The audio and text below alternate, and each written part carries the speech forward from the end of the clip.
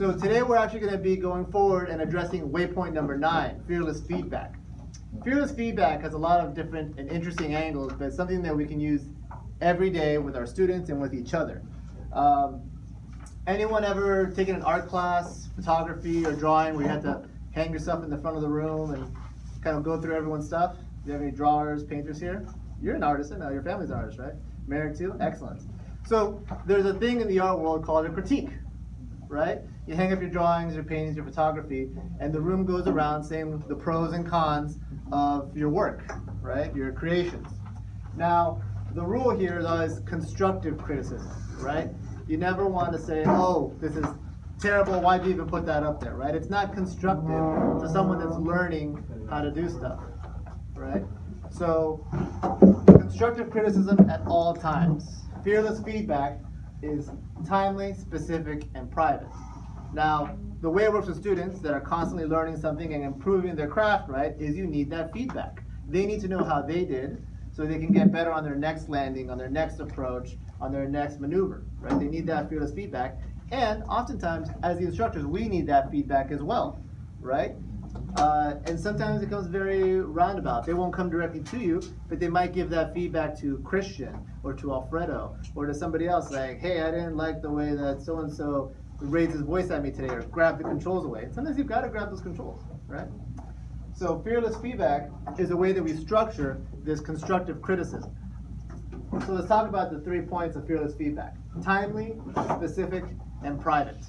If you're giving feedback, it needs to be timely. Ideally, right away, right? Either in the airplane or when you get back from your flight. You want it to be right away. Because if you had a bad experience, like let's say the student just had a terrible landing and it festers. If you don't address it right away, it festers inside the student and can turn into a very negative experience if not addressed properly. Now, if you land and in your debrief, you turn it into a learning opportunity and talk about what happened very specifically about what the student could have done better, hold the nose up, float a little bit more or less, that makes a big difference. And lastly, private, right? You want to do this one-on-one with your student or with each other, right? Let's say, I'm going to pick on you a little bit more, Merrick. Merrick's in the pattern flying behind Andres. And he sees Andres just do this ridiculous climb up, and it's very unsafe. So, or who knows, something else, cut him off in the pattern, right? You can get pretty upset about that. So what happens if we come in and Merrick slams open the door and says, Andres, you're flying like an idiot, right? First of all, Andres is going to be like, what? Who? And then they're closed off to feedback. It's timely, but they're closed off to feedback because two things, you're calling them out in public, right? So egos are hurt, and there's no such thing as a pilot with an ego, right? So you want to make sure that the student or your coworker is open to that feedback, and you do that privately. Hey Andres, can I have a moment? I saw you flying in the pattern and it seemed like something really erratic happened. And you want to assume positive intent, because Andres could turn and be like, yeah, my student froze up, I had to snag the controls right in front of him. You don't know what's happening in that other person's mindset or in that other person's cabin. All right? So we want our constructive criticism to be timely, right away. Specific, give specific things that somebody can work on. If you, again, that same example, you're flying like an idiot, there's nothing very specific in there, right? Like, hey, what was up with that really, the hard pull out, the sharp angle attack? Like, what was that all about? If you're specific, they have something to work on. So it becomes constructive criticism. Now, something that's very important to even back up fearless feedback is assuming positive intent, right? It's very rare that someone goes out of their way to be mean and malicious. Usually they don't realize that they're doing something wrong, right? That it scared the bejesus out of you, or nobody wants to fail on their written test for a third time, right? So assume positive intent. They're doing the best they can. They came up short. They froze up. They got scared. They were nervous. Assume positive intent. I remember hearing this not that long ago. You might have people in your life that you don't really get along with, you try to avoid, right? But they're not bad, evil people for the most part. No one is the antagonist, the villain in their own life. Everyone is the lead hero, the protagonist in their life. They just don't realize that they're coming off or having a bad impact on you many times, right? So assume positive intent, and definitely from your students. Everyone that signed up for the course signed up with a goal in mind of learning to fly and becoming a professional pilot. So we want to support them and make sure that we're assuming their positive intent in getting there and putting the effort to learn and get there. So now we've talked about constructive criticism and fearless feedback in the teaching setting. What about amongst ourselves here in a professional environment, right? We want to be discreet in our conversations.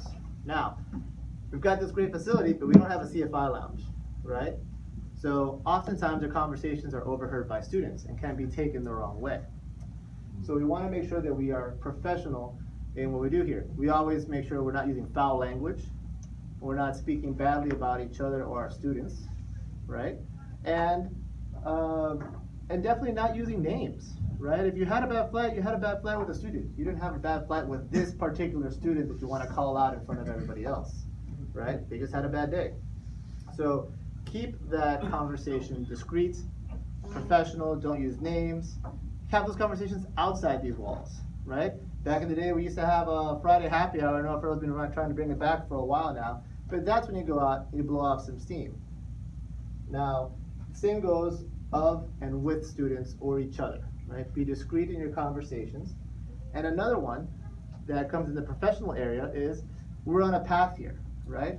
Every one of our students on the path from 0 to commercial pilot, and everyone, or most people in this room, are on the path through their flight instructors, certifications to build time and perhaps apply to airlines or corporate or otherwise. So when interview time comes along, it's natural to talk to your coworkers and friends about the interview you have here or interview you had there, right? But what is your student here? My instructor's leaving.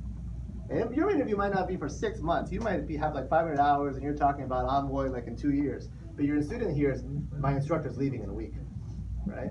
So you want to be discreet about those conversations about taking your next steps professionally.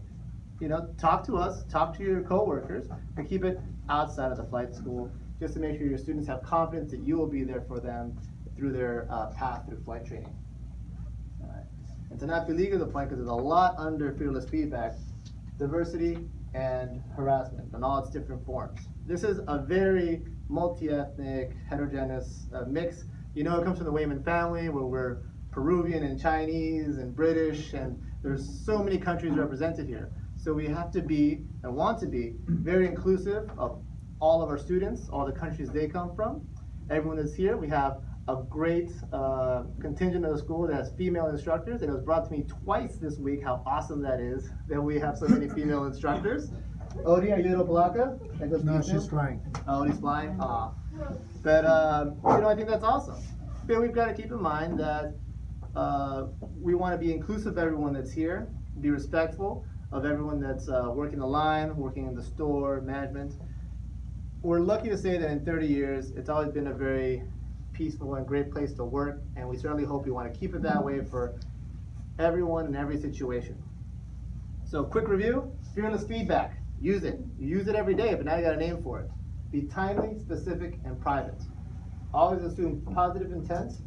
Be discreet in your conversations and inclusive of everyone. And that is waypoint number 9, fearless feedback.